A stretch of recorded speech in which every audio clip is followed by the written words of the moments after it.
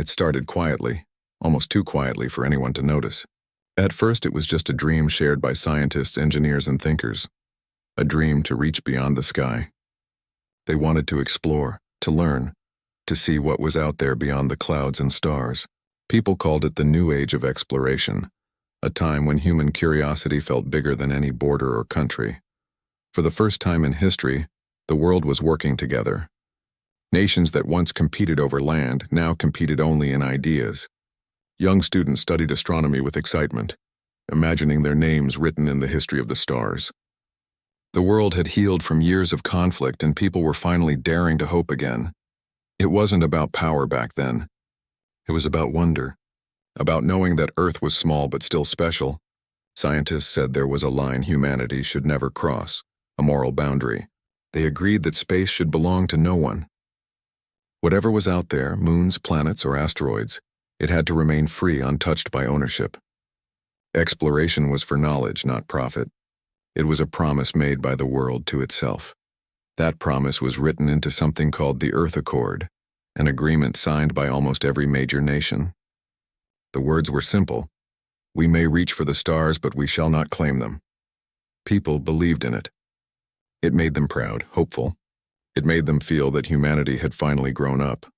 But dreams have a strange way of changing when pride gets involved. Somewhere, in a powerful and ambitious empire, people began to see the stars not as mysteries but as opportunities. This empire had everything: money, technology, control, and the confidence of a people who believed they were destined to lead. Their leader spoke softly about unity, but behind closed doors they whispered something different. They said, "Why not us? Why should the stars belong to no one, when we have the power to reach them first?" At first it was only talk. Quiet discussions between officials, scientists, and wealthy investors. They said they just wanted to study certain resources just to see what could be found. They spoke about securing energy for the future, about helping Earth by looking beyond it. But their true reason wasn't so pure. The empire wanted control, the kind that came with being first. People inside the empire were proud of their achievements. They had built the fastest spacecrafts, the most powerful telescopes, and the most advanced machines.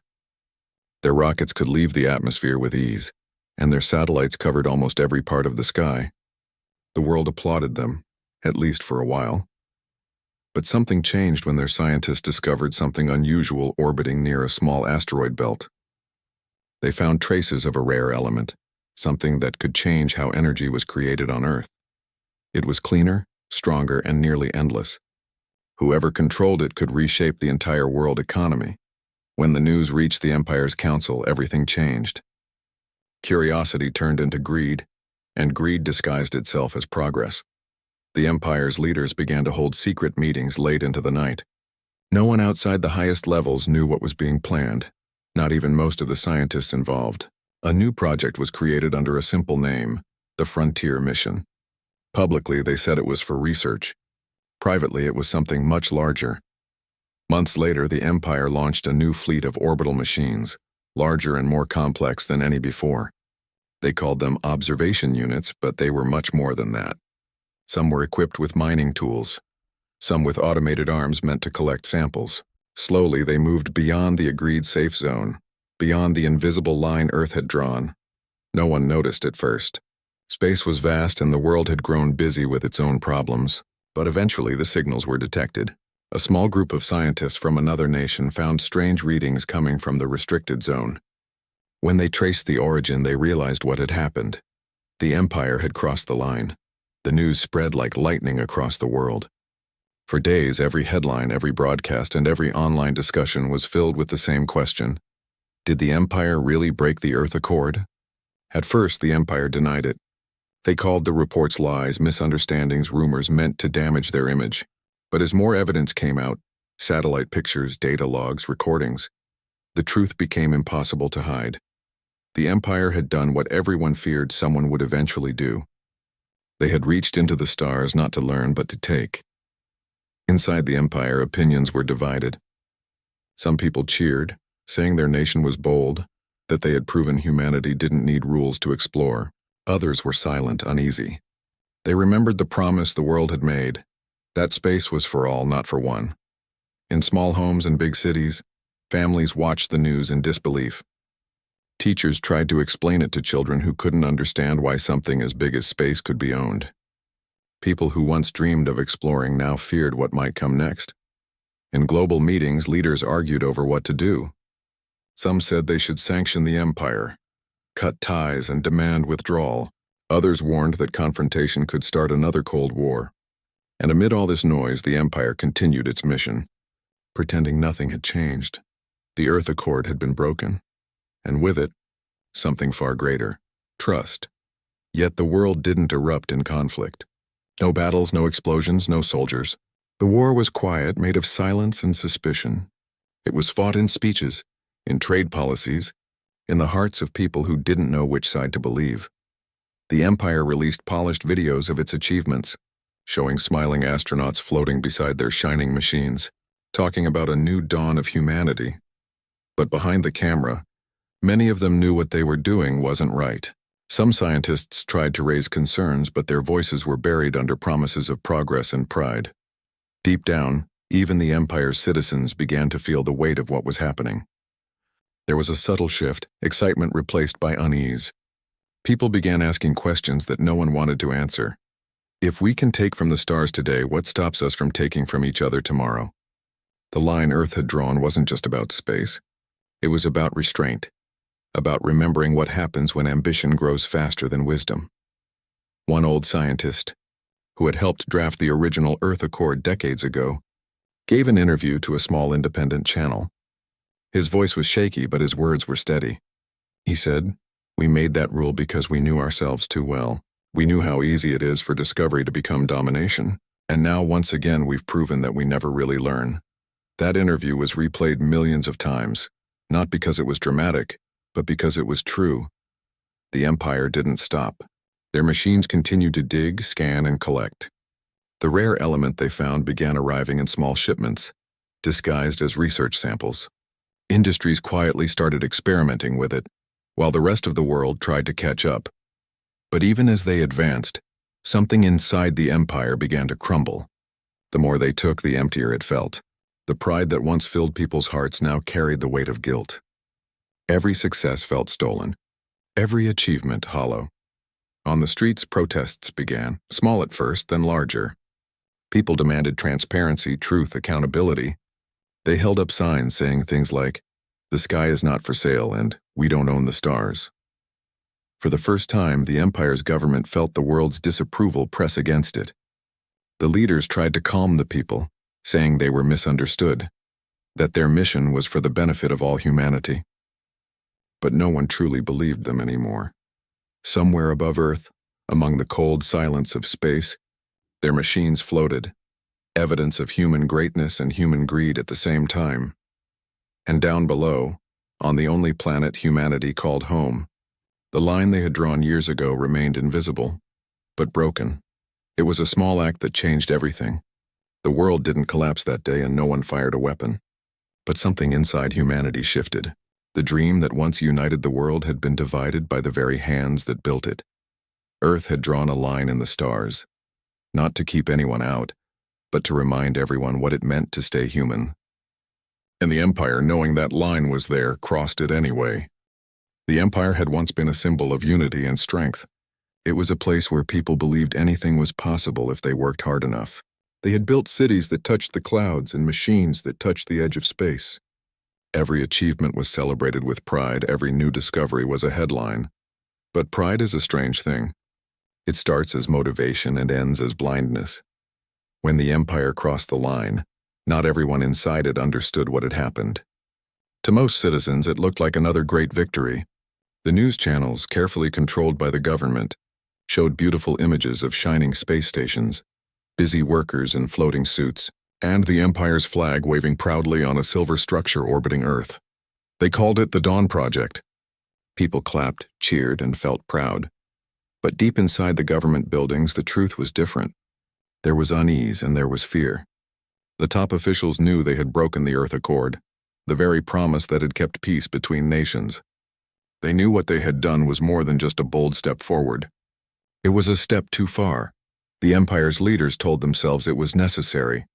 They said, "If we don't take it, someone else will." They convinced themselves that history would forgive them once the results came in, once they proved that their actions benefited humanity. But beneath that confidence was doubt. They knew that once a line is crossed, it can't be redrawn. They called emergency meetings not to stop what they'd done, but to plan how to defend it. They needed the world to see their actions not as greed, but as progress. So they began rewriting the story. They changed the mission's name from Frontier to Unity. They said it was for research, for global advancement, for everyone's future. And they said it with such confidence that even some of their own people began to believe it. Still, not everyone was fooled. Among the scientists who had worked on the project, many started asking quiet questions. Why are we operating beyond the agreed coordinates? Why are samples being sent to secret facilities? Why are we erasing certain data from the shared logs? Those who asked too many questions were moved to other projects. Some were told their work was classified for security reasons. Others were told to stay silent for the good of the Empire. But silence has its own sound, and it started to spread. Meanwhile, outside the Empire, the rest of the world was watching closely. Governments held secret discussions trying to understand how far the Empire had gone and what they planned next. Some wanted to confront them immediately. Others urged patience, afraid that any direct action might spark chaos. People across the world were confused. The Empire had always been seen as a leader, a nation that helped others rebuild after difficult times.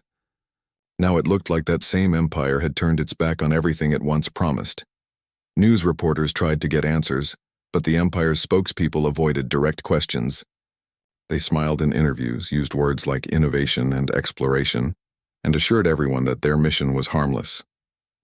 But no one was fully convinced. The trust that once surrounded the Empire was starting to fade. Inside the Empire, a quiet divide began to form, not between the government and its enemies, but between the government and its own people. Some citizens continued to support the mission with blind loyalty. They said the world was jealous that the Empire was being punished for its success. They waved flags in rallies and shouted slogans about destiny and greatness. They believed that reaching for the stars was their right, but others began to feel uneasy. They had friends or family working in the space program, and they heard whispers about things that didn't match the official story. One worker said that resource samples were being stored in secret underground facilities. Another said that the Empire's energy companies had already begun preparing to sell a new form of fuel, the one found beyond the restricted zone. The more people learned, the less proud they felt. In universities and research centers, professors started discussing the moral side of it. Was this progress or was it theft on a cosmic scale? Students began to question whether the Empire still represented their dreams or just its own ambition. The government could sense the shift in public feeling, so they doubled their efforts to control the story. They released documentaries showing the heroism of their space workers. They filled social media with messages of pride. They even arranged a grand public event, a parade celebrating the Empire's step into the future. It worked for a while. People love feeling proud of their country, and the images of brave astronauts and gleaming spacecraft stirred emotion. Children waved flags. Songs were written about reaching the unreachable. But beneath all the excitement, something uncomfortable was growing. The quiet awareness that this wasn't unity.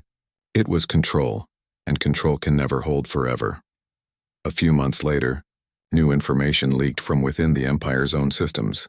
A digital document, marked top secret, showed that the leaders had known exactly where the restricted boundary lay. They had discussed it, debated it, and decided to cross it anyway. The document included signatures, timestamps, and internal reports. It was undeniable. The Empire had knowingly violated the global agreement.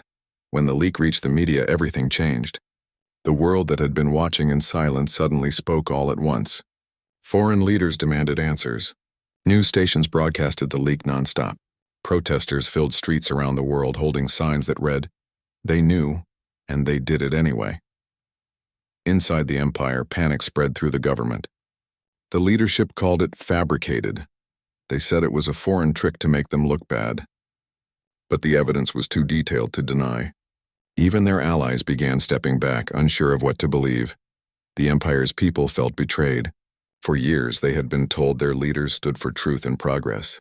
Now it seemed those leaders had traded truth for power, And yet the government refused to back down. They couldn't. To admit wrongdoing would mean surrendering their control, so they did what most powerful systems do when cornered. They hardened. They increased surveillance, silenced critical voices, and labeled anyone who questioned them as unpatriotic. They reminded citizens of their greatness, told them the world was against them, and claimed that only loyalty could protect their future. But deep down, people knew better. You can't silence conscience forever. In homes, families began to whisper. In cafes, strangers exchanged cautious glances before sharing their thoughts. In universities, students organized secret discussions. They didn't want a revolution. They wanted truth. They wanted to believe again in what their country once stood for. Outside, the global community grew colder. Trade deals were suspended. Partnerships paused. The empire's scientists were banned from international programs. Its companies faced restrictions. The empire's image, once shining, now carried the weight of arrogance. But even with the world turning away, the empire didn't stop its operations. The mining stations continued working. The shipments continued leaving orbit. The rare element continued flowing quietly into secret storage. It was as if the empire had decided that since they'd already crossed the line, they might as well keep walking, and that's when cracks began to form from within. In the same laboratories where the first missions were planned, a few engineers couldn't stay silent any longer. They had seen too much: the erased data, the manipulated results, the cover-ups.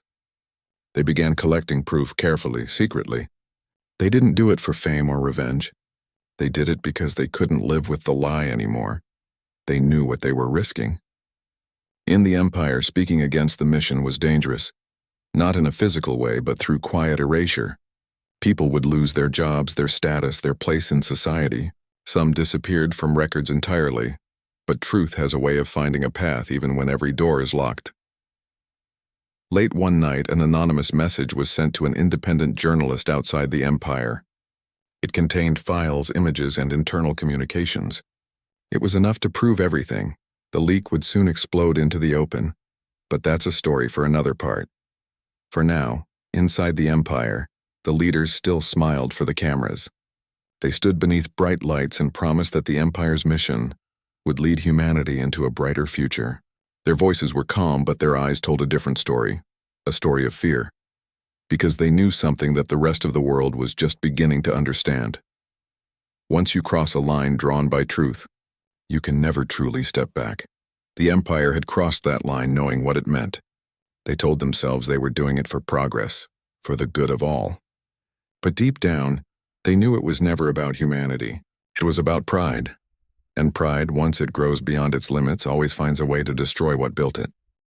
The world had fallen silent after the leak. For years, the empire had spoken with confidence and pride, but now its voice trembled under the weight of truth. The files that had escaped from their secret system told the story in plain words. The empire knew the line, understood it, and crossed it anyway. There was no confusion, no misunderstanding. It was a choice. Across the world, people reacted with a mixture of shock and anger. Some refused to believe it. They said it was all fake, a trick by rival nations. Others felt betrayed, heartbroken that the empire they once admired had deceived everyone. News channels replayed the leaked messages over and over again, and each time the truth felt heavier. On the streets, people no longer celebrated the empire's space missions. The excitement that once filled the air had turned into tension. Posters that once showed proud astronauts now felt like symbols of arrogance. In markets, cafes, and classrooms, conversations always came back to the same question: how could they do it knowing it was wrong? In other nations, the silence turned to anger. Leaders who had once smiled alongside the empire now spoke against it. They held emergency meetings and demanded explanations. The global alliance that had once united the world under the Earth Accord was now deeply divided. Some countries wanted strict action against the empire, while others feared it would only make things worse. People began to pick sides. Supporters of the empire called it bravery. They said that progress always comes with risk and that those who lead must sometimes break rules to move humanity forward. But those against it said it wasn't bravery. It was greed dressed as progress. It wasn't about exploration anymore. It was about control.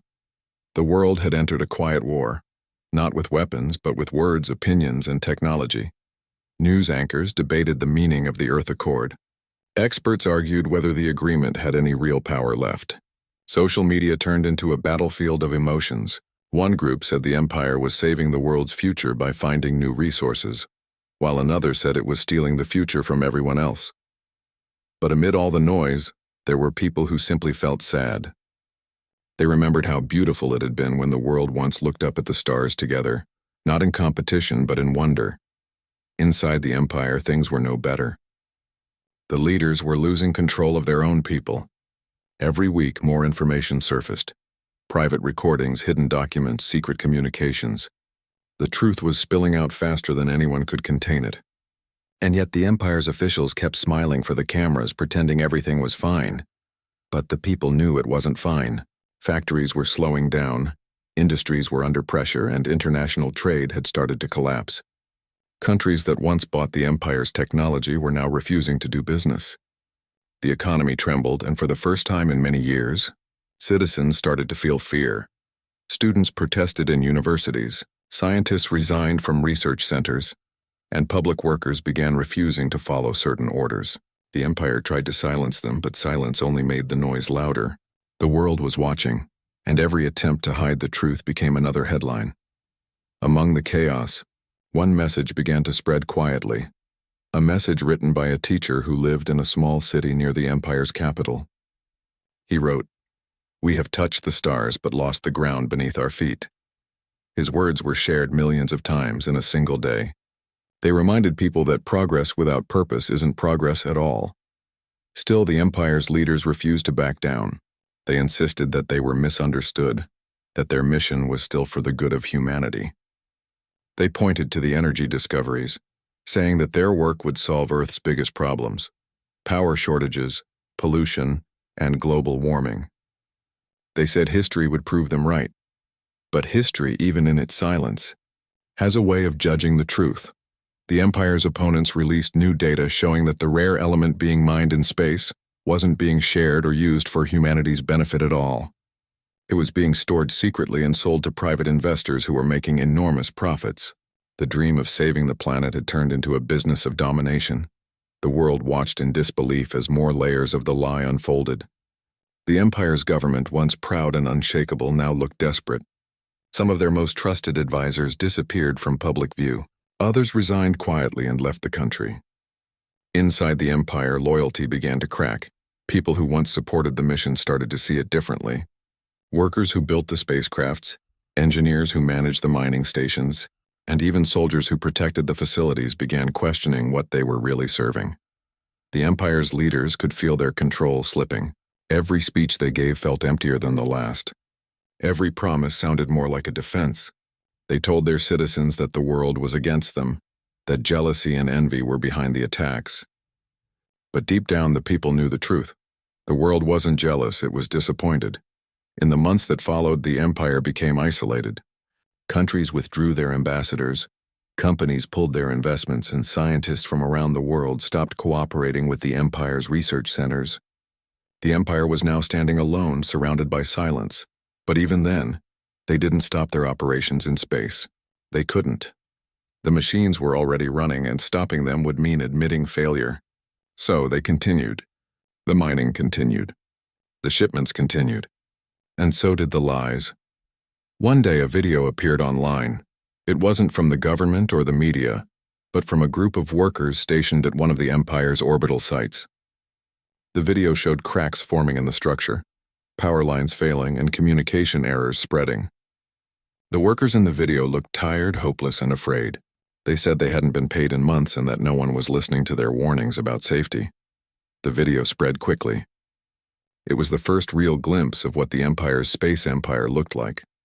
Not the shining image from official broadcasts, but the reality behind it. Machines breaking down, people suffering, and silence from those in power. After the video went viral, protests in the empire grew even larger. Crowds filled the streets carrying candles instead of flags. They didn't shout for revenge or violence. They just wanted their leaders to listen, to stop pretending, to take responsibility. But the empire's leaders still believed they could control the situation. They released speeches full of pride and promises, but the people were no longer listening. They had stopped believing. Meanwhile, the rest of the world began preparing for the possibility of something bigger, the collapse of a power that had once been unstoppable. Global leaders met secretly to discuss what might happen if the Empire's systems failed. Some feared it could lead to disaster. Others thought it might finally bring peace. In the middle of all this, the space stations kept orbiting silently. The line that Earth had drawn years ago still existed, invisible but powerful. And every day, as the Empire's machines crossed it again and again, the moral distance between Earth and its once great empire grew wider. One night, a global news channel played a short clip that made everyone pause. It showed a satellite camera capturing the Earth below, glowing softly in the darkness of space. In the background, one of the Empire's mining stations could be seen drifting far beyond the restricted line. Then slowly its lights began to flicker one by one, until the screen turned black. No one knew what had happened. The Empire said it was a technical issue.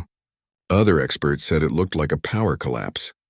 But to many who watched, it felt like something else, as if the stars themselves were sending a message. You can't take what isn't yours. For days, people talked about the blackout in space.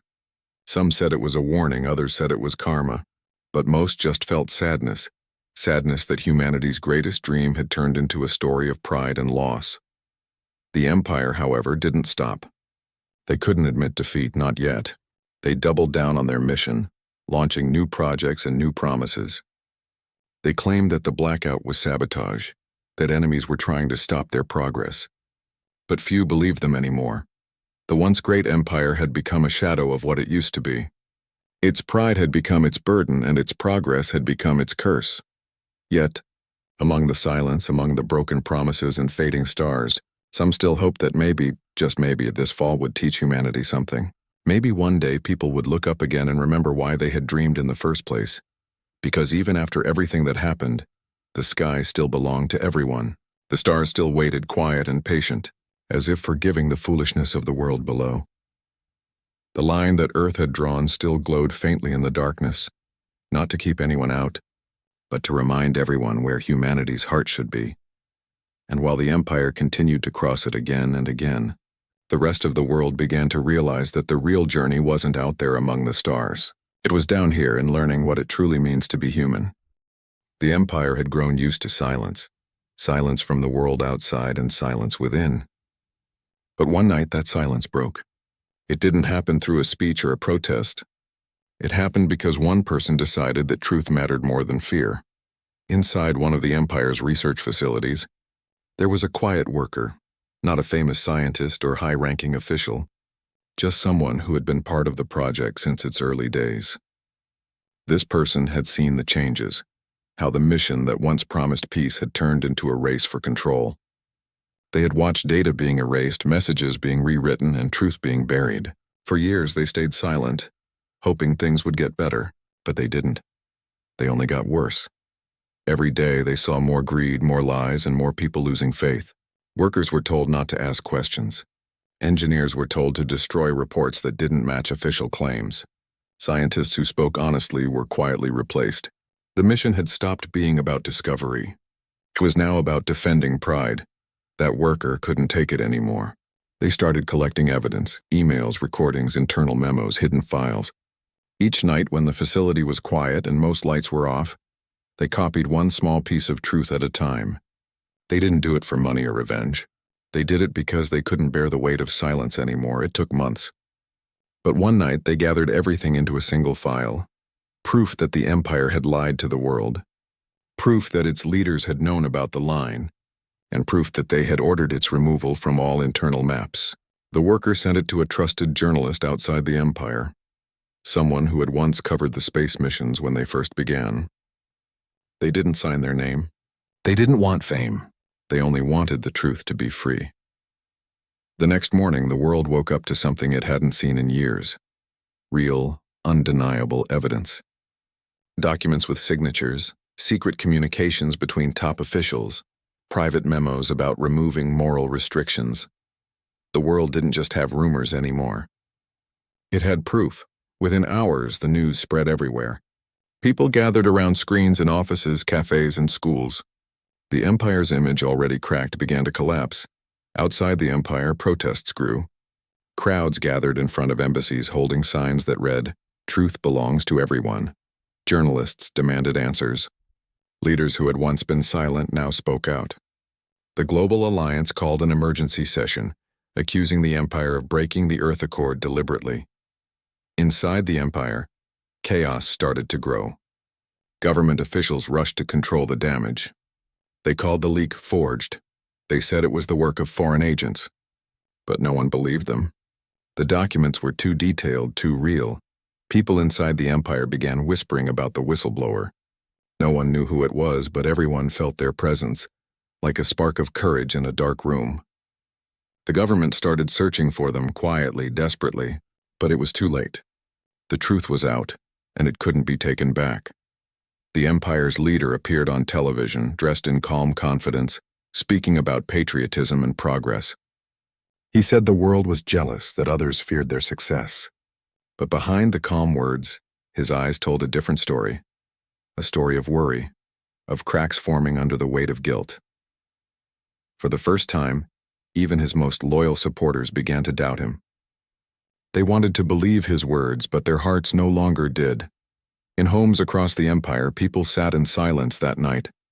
The feeling wasn't anger anymore, it was disappointment. The kind of quiet that comes when something you once loved breaks beyond repair. The next morning, something unexpected happened. Thousands of scientists, engineers, and workers from the Empire's space program walked out together. They didn't carry flags or shout slogans.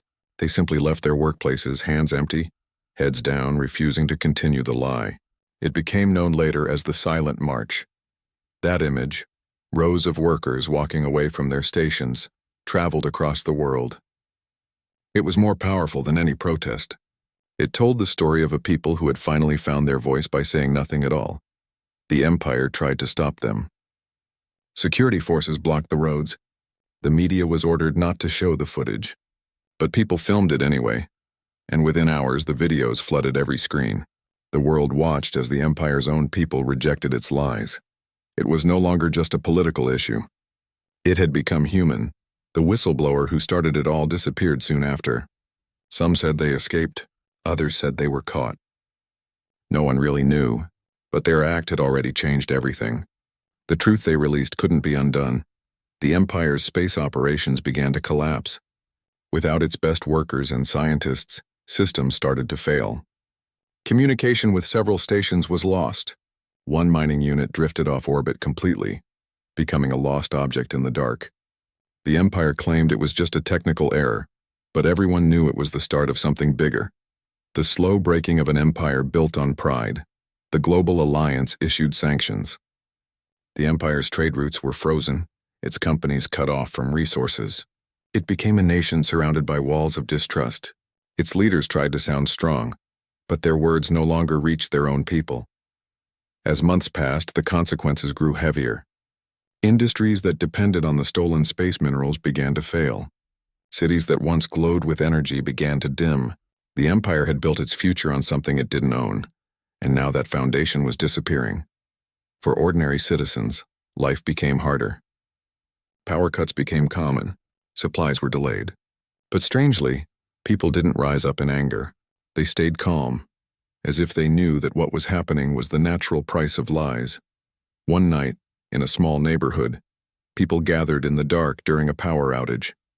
Someone lit a candle and slowly others did the same. They didn't talk about politics or space. They talked about truth, what it means to live with it and what it costs to ignore it. That night, they looked up at the stars. The sky was clear, brighter than it had been in years. Someone said softly, "They tried to own that, but it was never theirs." Those words echoed across communities. People began to find strength again, not in the Empire's greatness, but in their own honesty. They didn't need pride to feel powerful anymore. They only needed truth. Meanwhile, the Global Alliance began planning a new rule, one stronger than the Earth Accord. This time it wouldn't just be about drawing lines in space. It would be about accountability, ensuring that no single power could ever act beyond humanity's shared trust again. The Empire was invited to the discussions. For the first time in years, their representatives attended with humility. There were no bold speeches, no proud claims, just quiet faces sitting across the table listening. The world didn't hate them. It only wanted them to learn. But back home, things weren't that calm. The government that had once ruled with iron confidence now faced questions from every corner. People wanted answers about missing funds, failed missions, and the whistleblower's disappearance. The leaders tried to avoid it, but the questions never stopped. Every lie they had told was now a shadow that followed them. In the months that followed, several officials resigned. Some disappeared from public life. The Empire held new elections promising transparency. It wasn't easy and it wasn't quick. But slowly something began to change. People started to rebuild trust, not in their government but in themselves. And as for the space program, it didn't end.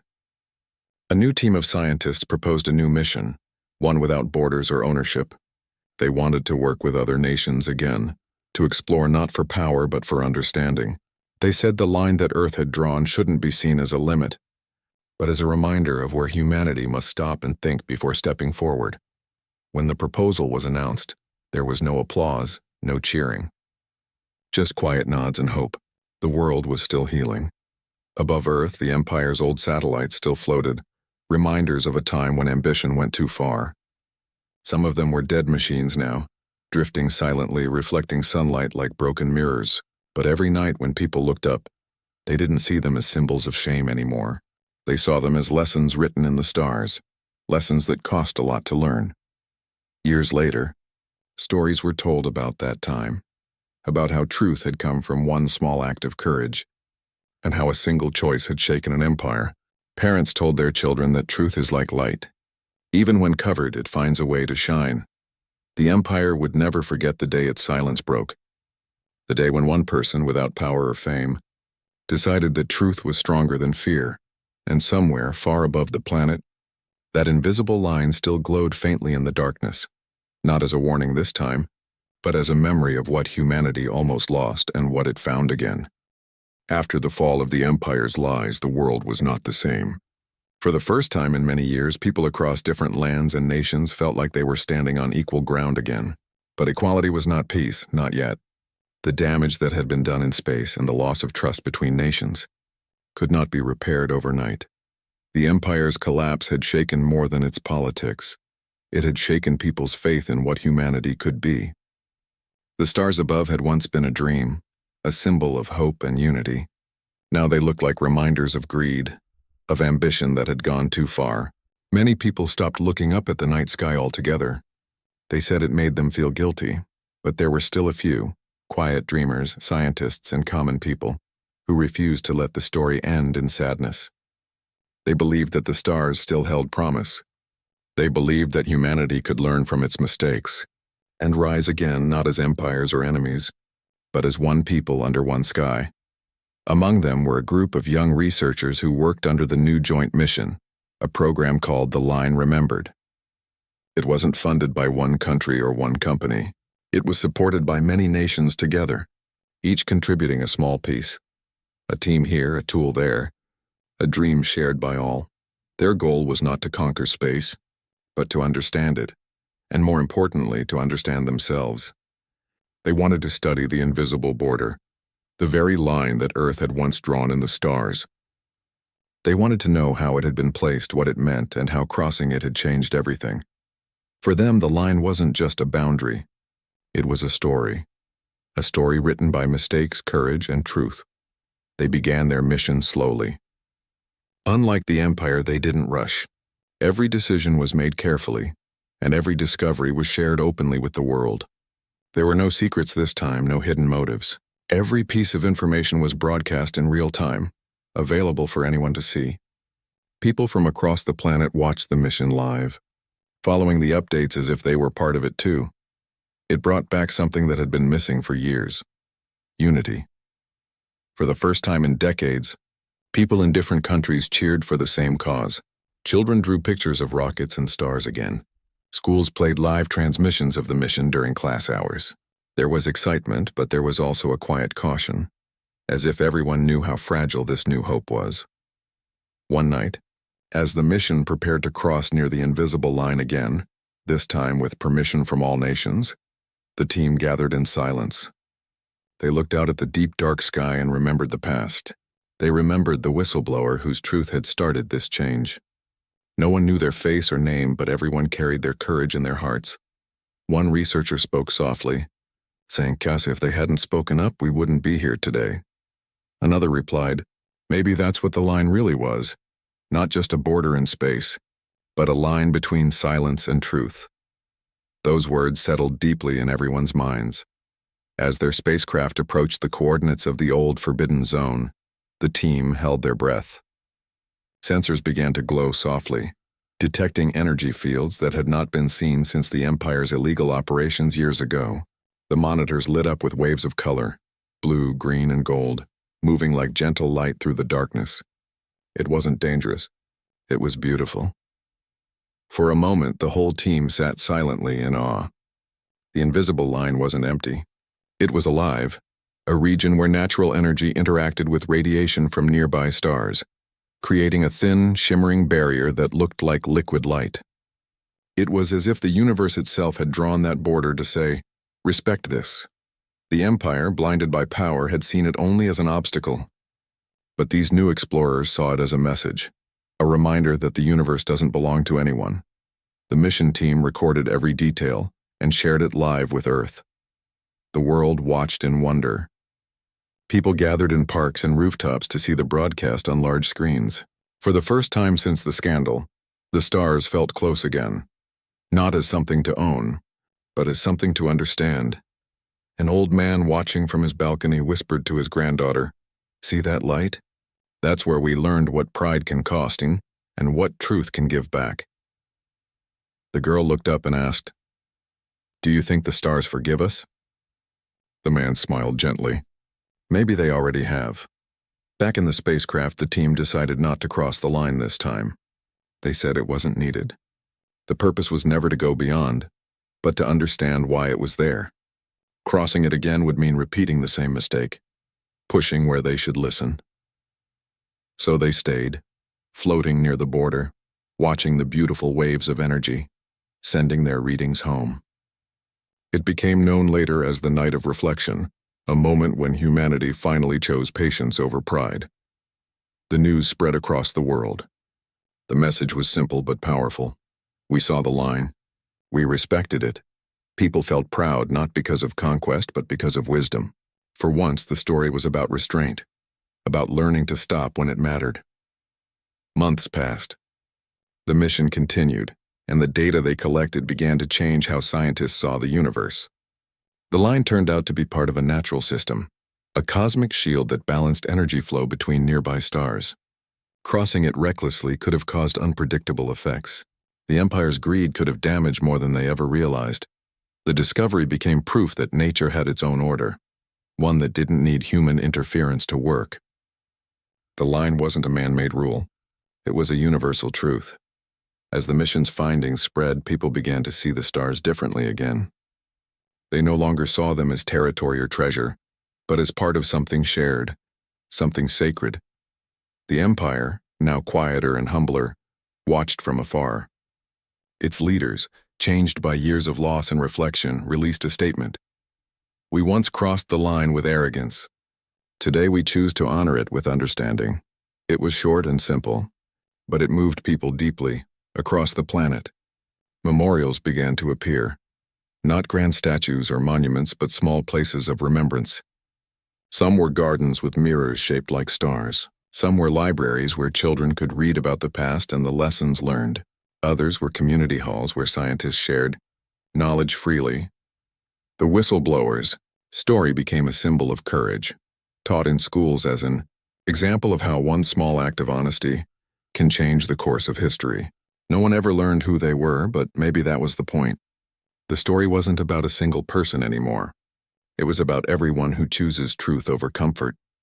Years later, when the same spacecraft finally retired, it was brought back to Earth and placed in a museum called the Memory of the Line. Inside, the walls were covered with messages written by people from around the world. Messages of gratitude, forgiveness, and hope. Visitors would walk quietly through the museum, reading words like, "We learned," "We forgive," "We won't forget." And at the very end of the hall, there was a small plaque with a simple sentence engraved. "The line was never meant to stop us, it was meant to guide us." That sentence became the new spirit of exploration. Children born after the scandal didn't remember the empire's lies. They only knew the story of how truth brought people together again. And perhaps that was the best ending of all, not one of guilt or sorrow, but of understanding. Every year, on the day the whistleblower's leak first reached the world, people turned off their lights for 1 hour. They called it the Hour of Light, not as a mourning ritual, but as a celebration, to remember how a single act of truth can light up even the darkest times. During that hour, streets would go silent and people would look up at the stars again. Some would smile, some would close their eyes, but all of them would feel the same quiet peace, knowing that the line was still out there, glowing softly, protecting what humanity had finally learned to respect. The Empire's name faded with time. The line remained, and maybe that's how it was always meant to be. Not a story about power, but about wisdom. Not about what humanity can take, but about what it can understand. When future generations looked back, they didn't see villains and heroes. They saw humans, imperfect, ambitious, but capable of growth. And in that truth there was beauty. Because in the end, Earth didn't just draw a line in the stars, it drew one within itself, between what it was and what it chose to become. And this time, when humanity looked beyond that line, it didn't see conquest. It saw hope. Years had passed since the world rediscovered the truth. The story of the line in the stars had become part of history, not as a tale of shame, but as a lesson that guided every new generation. The Earth had changed, not through force, but through quiet understanding. Where once nations competed to reach the stars, they now worked together to protect them. The sky was no longer a race. It had become a shared horizon. Children who had grown up hearing the story of the line were now the ones designing the next spacecrafts, building with care, not conquest in mind. They called their new project the Horizon Mission. It wasn't about mining, or colonizing, or claiming ownership. Its purpose was simple: to explore, to learn, and to honor the space that had once divided them. The project wasn't led by one country. It was guided by a council of representatives from across the world. Every decision had to be agreed upon by all.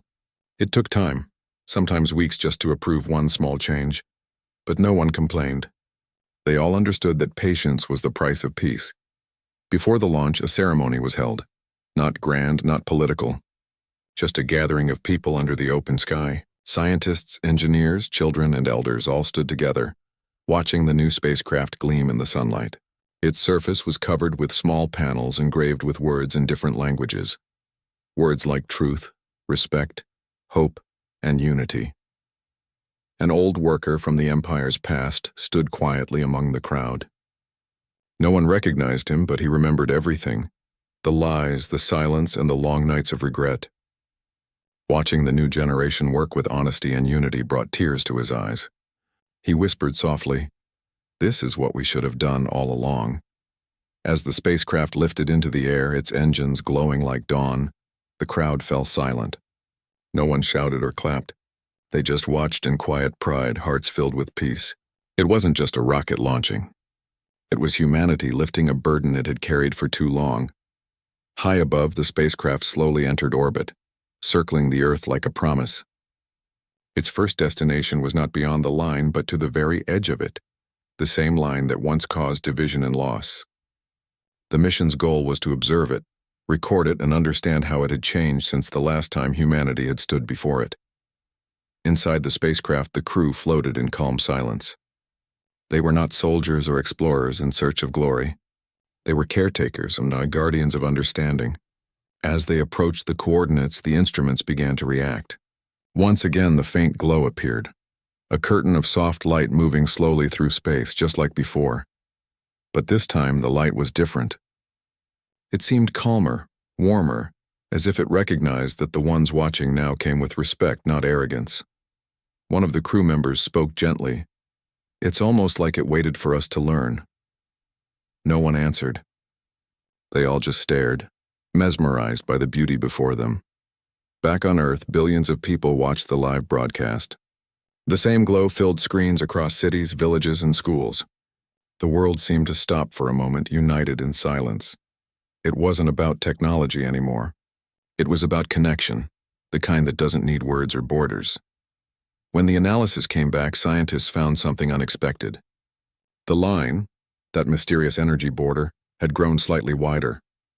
It wasn't dangerous, but it was clear that it was responding to something. Some believed it was reacting to the balance of human activity, to the way Earth had learned restraint.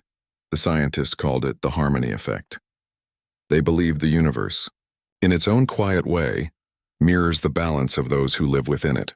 When humans act with respect, the universe responds in kind. That discovery changed everything again, not with shock, but with wonder. People began to see the world differently.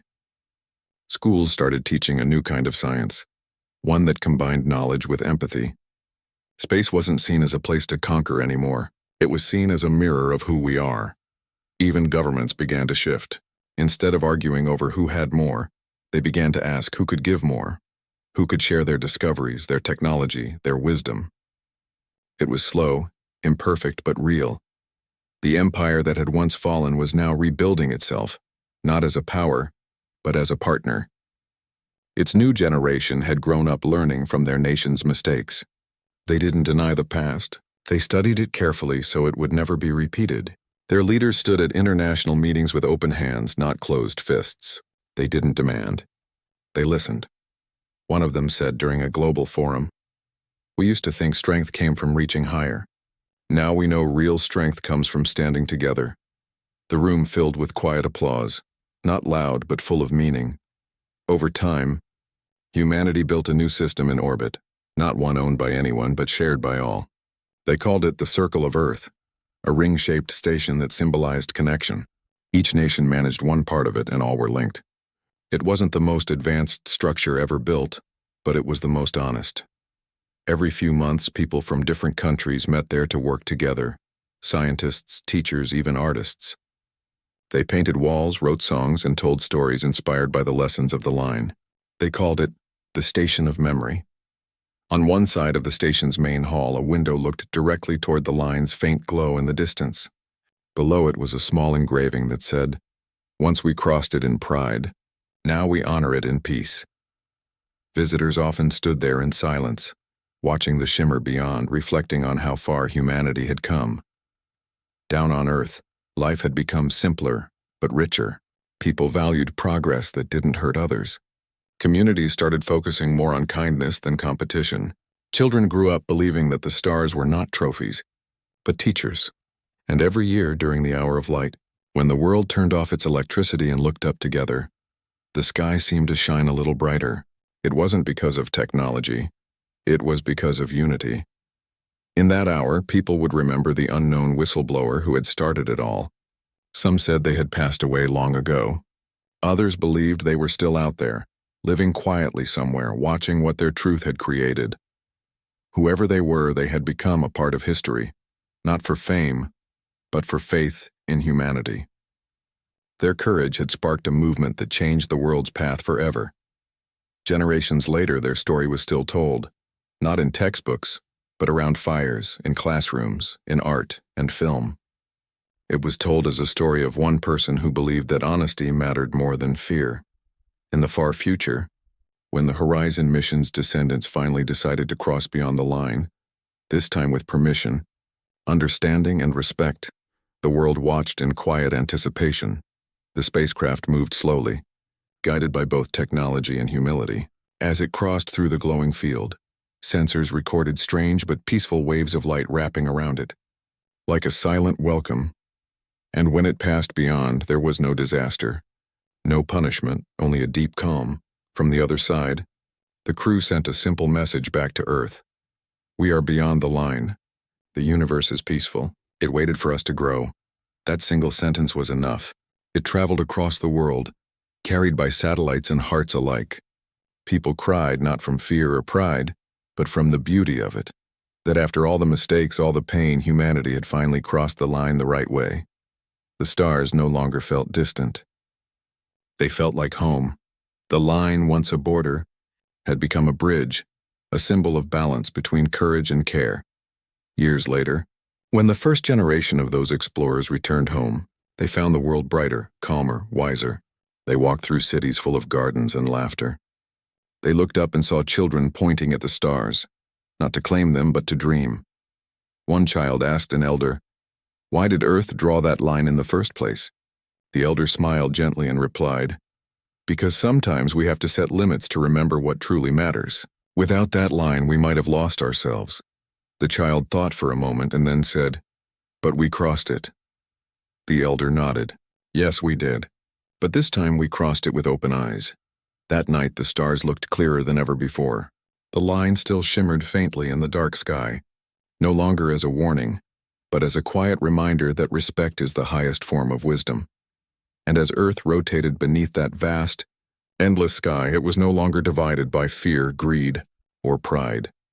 It was united by memory, by truth, and by the simple, unshakable belief that humanity, though imperfect, could always learn to do better. Because in the end, when Earth drew that line in the stars, it wasn't to stop us. It was to teach us, and when we finally crossed it, with humility instead of hunger, the universe didn't close its doors. It opened them wider than ever before.